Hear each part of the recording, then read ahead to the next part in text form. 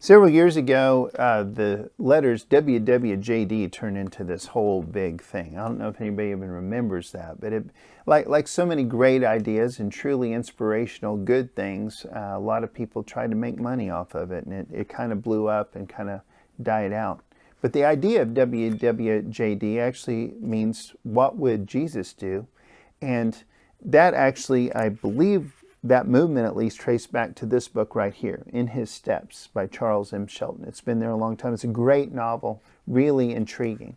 But the whole idea was, in this story, there's a group of people within a church that just commit to each other to spend 1 year, and they won't do anything without asking the question, what would Jesus do?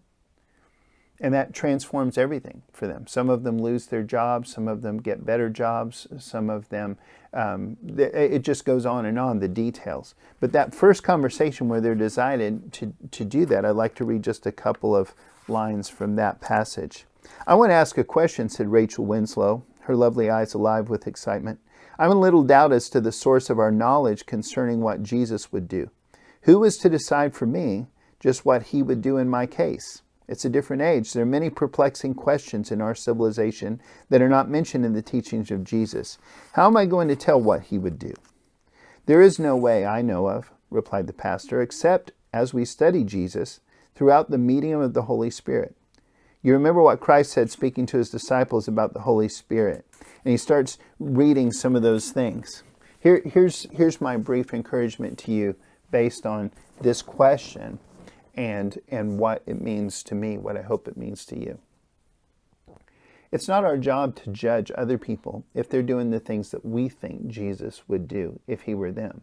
It's our job to do the things that we think Jesus would do if he were living our lives. And the best way to know what Jesus would do is not just to go by our own feelings, not just to say, well, I feel like Jesus would do this.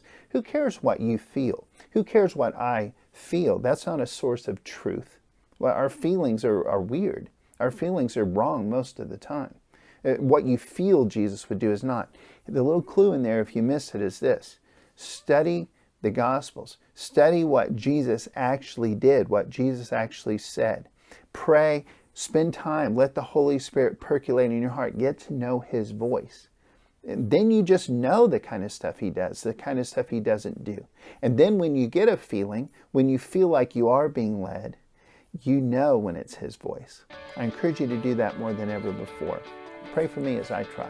God bless you.